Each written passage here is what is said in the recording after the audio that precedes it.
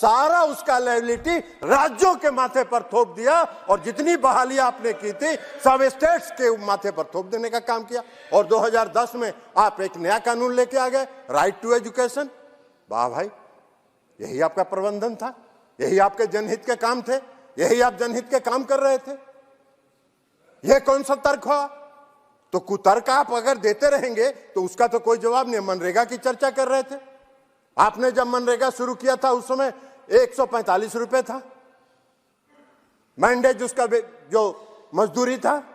आज 204 रुपया है इस सरकार में मजदूरी मनरेगा के मजदूरों का। आप उसकी चर्चा तो नहीं कर रहे थे। आप कहते कि भाई इस सरकार ने, वर्तमान मोदी जी की सरकार ने 204 रुपया मनरेगा के मजदूरों का बढ़ा दिया। आज बिहार में 209 रुपया। तो इसलिए आप इस सब चर्चा करते रहे, लेकिन आप चर्चा क्या करते रहते हैं? ये तथ्यों के आधार पर आपने कोई श्वेत पत्र का खंडन नहीं किया। आप चर्चा कर रहे हैं घोटालों की, भ्रष्टाचार की। मैं भी सदन का सदस्य रहा, 15वीं लोकसभा में भी, 14वीं लोकसभा में भी और 15वीं लोकसभा में, जब आपकी सरकार थी 2010 से 2014 तक, 4 से 14 तक, 2004 से 2014 तक कोई ऐसा सत्र सभापति महोदय जब नहीं होता था, कोई ऐसा सत्र नहीं होता था जब एक नया घोटाले की चर्चा उस सदन में और उस सत्र में नहीं होती। कोई भी सदन। कोयला घोटाला हुआ, स्पेक्ट्रम घोटाला हुआ, हम किसी का नाम नहीं ले रहे। कोयला घोटाले में कौन कौन लोग थे, सबका पर्दाफाश हो गया। स्पेक्ट्रम घोटाले में कैसे हुआ, यह भी पर्दाफाश हो गया, सब जान गए।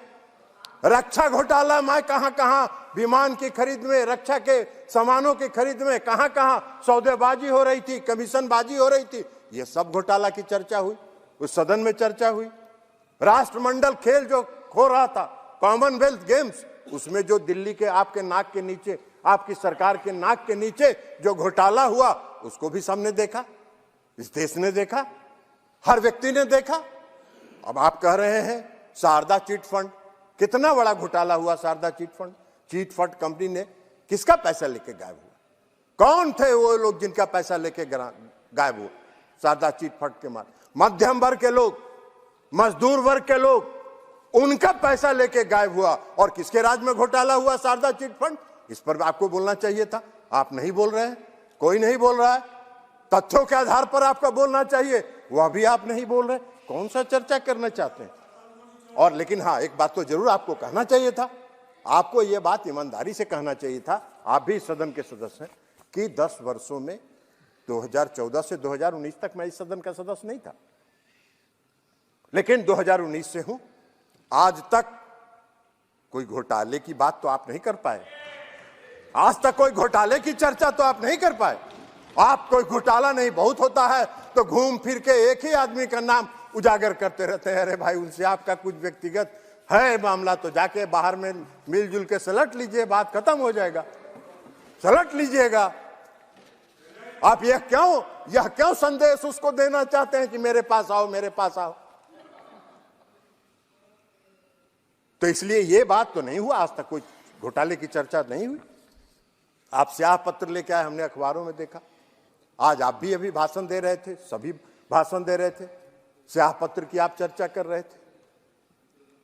अगर श्वेत पत्र में आंकड़े गलत हैं, जो मैंने पहले भी कहा, तो उन आंकड़ों का खंडन करना चाहिए था। उन आंकड़ों को, चूंकि उसमें तो तुलनात्मक है, 2004 से 2014, 2014 से 2024, दोनों तुलना टेबल बना के दिया हुआ है। तो टेबल को आप कॉन्ट्राडिक्ट करते, एक एक आंकड़े को आप कॉन्ट्राडिक्ट कर सकते थे, जो आप नहीं कर पा रहे हैं। लेकिन आप कर क्या रहे हैं, फिर वहीं घूम फिर के आ जा रहे हैं। कोई घूम फिर के आ जा रहे हैं सीबीआई और ईडी पर। अरे भाई, सीबीआई ईडी पर बाहर जितना बोलता है बोलिए, लेकिन आप एक बात बताइए, मैं भी 2 साल, 1.5 साल तक एनडीए से अलग रहा, और एनडीए से जब मैं अलग रहा तो कहां कोई मेरे यहां सीबीआई और ईडी पहुंची? मेरे यहां तो कोई सीबीआई ईडी नहीं पहुंची। नीतीश कुमार जी के यहां तो कोई सीबीआई ईडी नहीं पहुंची। नीतीश कुमार जी भी विपक्ष के सूत्रधार थे जब हम अलग थे एनडीए से, तो नीतीश जी के यहां तो कोई नहीं पहुंची, हम लोग के यहां किसी के यहां नहीं पहुंची। लेकिन रोपे पेड़ बबूल का तो आम कहां से होए? अगर करिएगा भ्रष्टाचार तो फल तो मिलेगा ही उसका, कांटा तो गड़ेगा ही, मीठा आम कहां से मिलेगा? तो ये तथ्य है। तो इस तथ्यों के बजाय आप कह रहे हैं कि ये जो श्वेत पत्र आया है, ये श्वेत पत्र हमारी पूर्ववर्ती सरकार के इमेज को टार्निश करने के लिए लाया जा रहा है। काहे का किसी का इमेज टार्निश करके? जो तथ्य है, जो सही है, जो आंकड़े हैं, वो सदन के सामने और इस देश के सामने रखा गया है। तो इमेज इसमें कहां टार्निश हो रहा है? हाँ, अगर आपने कुकर्म किया है तो स्वाभाविक तौर पर आपको इमेज टार्निश होने का आपको लगेगा भ्रम, आप उसके भ्रम के शिकार हैं। लेकिन अगर आप भ्रम हैं तो उसका क्या किया जाएगा? तो इसलिए अध्यक्ष महोदय, जब भ्रष्टाचार करिएगा तो उसका भुगतना तो उसके लिए आपको पड़ेगा, और वो अगर भुगत रहे हैं तो उसके लिए श्वेत पत्र पर बोलने के बजाय आप राजनीतिक विलाप नहीं करिए, और उन तथ्यों के आधार पर अगर कोई आंकड़े हैं तो उन आंकड़ों को रखिए। और यही बात हम कहते हुए फिर से माननीय वित्त मंत्री जी को बधाई देते हुए श्वेत पत्र लाने के लिए और देश की अर्थव्यवस्था के संदर्भ में पूरे